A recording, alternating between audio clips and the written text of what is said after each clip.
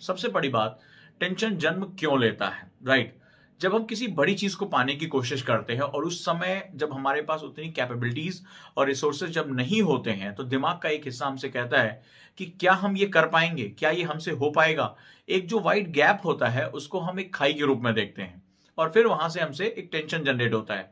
Suppose that अगर मैं एक ऐसा स्टूडेंट हूं जिसकी ज्यादा 4-5 घंटे भी पढ़ने की आदत नहीं है, रेगुलर पढ़ने की आदत नहीं है, और मैंने जो है वो एक ड्रीम देखा कि मुझे आईएएस बनना है, और बिना किसी बेस के, बिना किसी प्रिपरेशन के, बिना किसी गाइडेंस के और बिना किसी स्किल डेवलपमेंट के अगर मैं सीधे इसमें उतर गया, और जब मैं अपनी क्लासेस में गया तो पता चला 6-6 घंटे की क्लास हो रही है पर डे, मुझे उसके बाद आकर जो है वो देर रात तक पढ़ना पड़ेगा या सुबह जल्दी उठ के पढ़ना पड़ेगा, 8-9 घंटे तक मुझे पढ़ाई चाहिए, मुझे सोशल मीडिया पर रहने की आदत है वो छोड़ना पड़ेगा, या तमाम जैसी चीजें।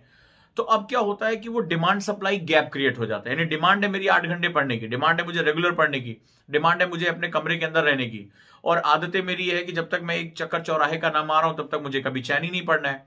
आदत है मेरी कि भैया 4 घंटे बाद शरीर अकड़ने लगता है, एक वेब सीरीज तो देखनी देखनी है। तो अब क्या होगा कि आपका जो रिक्वायरमेंट है, आपका जो लक्ष्य है और आप जो अभी कर रहे हो उसके बीच में एक बहुत बड़ा गैप आ जाता है। ये गैप धीरे धीरे बढ़ता जाता है और इस बात को लेकर तमाम आंकड़े मौजूद हैं, जैसे कि एग्जाम से 3-4 महीने पहले 13 लाख बच्चे फॉर्म भर रहे होते हैं और उसमें केवल आधे ही सेंटर तक पहुंच पाते हैं। आधे सेंटर ही नहीं जाते एग्जाम की, तो खैर बात छोड़ दीजिए कि वो एग्जाम दे रहे हैं, वो सेंटर जाना ही नहीं करते, वो ड्रॉप कर देते हैं। कई ऐसे बच्चे हैं जो फर्स्ट पेपर देने जाते हैं लेकिन हिम्मत नहीं करती कि वो सेकेंड पेपर दे सके, उसको छोड़कर वो भाग जाते हैं। यानी वो लड़ाई का हिस्सा ही नहीं है। और इसके पीछे जो सबसे बड़ा कारण होता है वो डिमांड सप्लाई गैप। यानी कि आपकी इस एग्जाम की जो रिक्वायरमेंट है और आप जो उसको आउटपुट दे रहे हैं, उन दोनों के बीच में एक बहुत बड़ा गैप होता है। इसको समझना बहुत जरूरी है। अब सवाल है कि हम इस गैप को कैसे भरें और टेंशन को कैसे काबू में लेकर आएं।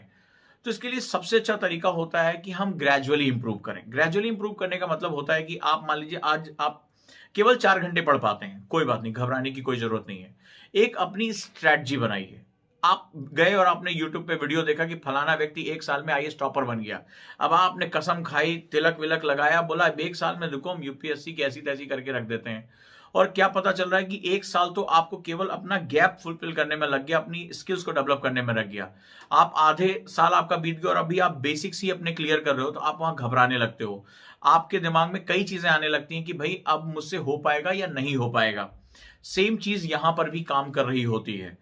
यहां पर भी हमारे सामने ऐसी ही चीजें आती है। आपको क्या करना पड़ेगा, अपने आप को ग्रेजुअली इंप्रूव करके रखना है। फॉर एग्जाम्पल, मैंने अपनी प्रैक्टिकल लाइफ में इस चीज को देखा है कि कई बच्चे टाइम टेबल जब बनाने आते हैं तो साहब हम तो आईएएस की तैयारी कर रहे हैं, तो हम तो 15 घंटे का टाइम टेबल बनाएंगे, हम 12 घंटे का टाइम टेबल बनाएंगे। अच्छा, व्यक्तिगत रूप से अगर देखा जाए, जब मैं उनकी काउंसलिंग करता हूं, उनसे बात करता हूं, तो वो 3-4 घंटे भी एग्जैक्टली रेगुलर नहीं पढ़ पाते।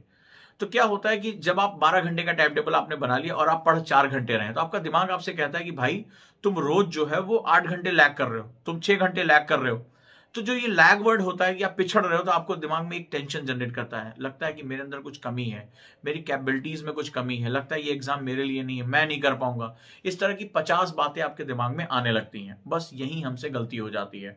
क्या करना होगा हमें, हमें जो है वो बेसिकली ये समझना पड़ेगा कि हम एक धीरे धीरे ग्रेजुअली स्किल डेवलपमेंट करते हैं।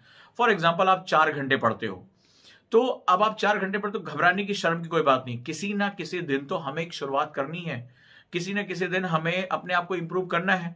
तो कहा भी गया कि अगर आप जीवन में कुछ करना चाहते हैं तो 2 साल तक अपने आप को एक कमरे में बंद कर दिए और चाबी बाहर फेंक दीजिए, तभी आप अपने जीवन को जो है वो एक मोड़ दे सकेंगे। तो अपने आप को एक लक्ष्य के लिए सबसे पहले समर्पित करिए और इस बात के लिए समर्पित करिए कि ये लक्ष्य हमारे लिए इतना इंपॉर्टेंट क्यों है। अगर मैं ये हासिल कर लिया तो मेरे जीवन में क्या चेंजेस आ सकते हैं। साथ ही साथ ये भी सोचिए, अगर मैं ये हासिल नहीं कर पाता हूं तो क्या मैं तैयार हूं एक मीडियोकर लाइफ जीने के लिए? क्या मैं तैयार हूं दूसरों के इशारों पर नाचने के लिए?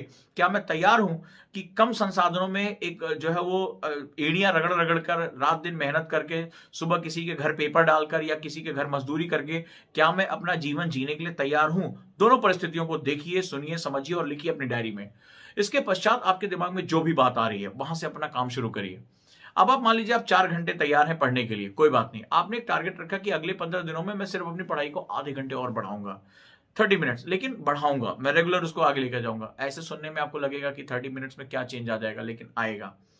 अब धीरे धीरे अगले 15 दिनों में आपने आधा घंटा और बढ़ाया, हिम्मत की, थोड़ा सा अपने दिमाग को चीट किया, कि आधे घंटे की तो बात है, थोड़ा सा पुश करो, तो बॉडी कहती है, बर्दाश्त कर लेती है, हाँ चलो आधा घंटा और सही। फिर वो धीरे धीरे आपकी हैबिट होती जाएगी, फिर अगले 15 दिनों के लिए मुझे आधा घंटा और बढ़ाना है। तो इस तरह करके आप 1 महीने में आपने 1 घंटा बढ़ा लिया।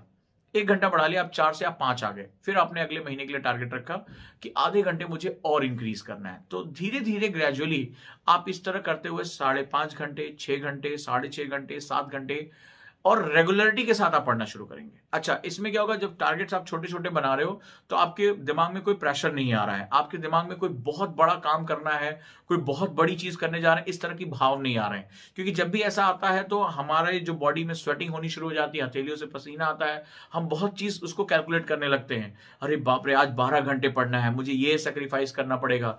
अरे बाप रे! 12 घंटे हम कैसे पढ़ेंगे? कितने बजे हम सुबह उठेंगे? कितने बजे रात में सोएंगे? कितने दोस्तों से नहीं मिलना, ये कर देना है, 15 मिनट का गैप लेना है, इतने बजे उठना है। ये सब चीजों से मुक्त होकर आप धीरे धीरे ग्रेजुअली अपने आप को रिलैक्स करते हो आगे बढ़ते जाएंगे। जैसे जैसे आपका डिमांड सप्लाई गैप कम होता जाएगा, आपका कॉन्फिडेंस बढ़ता जाएगा। जैसे जैसे आपका कॉन्फिडेंस बढ़ता जाएगा, आपका जो है टेंशन वो कम हो जाएगा।